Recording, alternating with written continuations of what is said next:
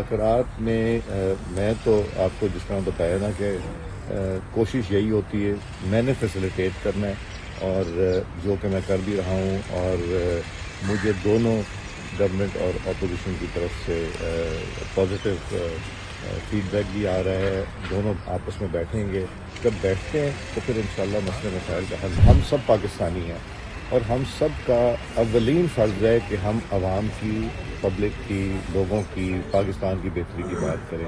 پچھلی میٹنگ میں بھی مساق جمہوریت کی بھی بات ہوئی تھی اور میرا خیال ہے ہم اب بھی انشاءاللہ کریں گے. ہمیں صرف یہ نیگوسیشن ایک دوسرے کے ساتھ جو ہے تلخیاں بھی ختم کرے گا, ماحول بھی بہتر ہوگا ان میٹنگ کی وجہ سے, اور پھر جو پبلک کے ایشوز ہیں وہ ہم ضرور ٹیک اپ کریں گے.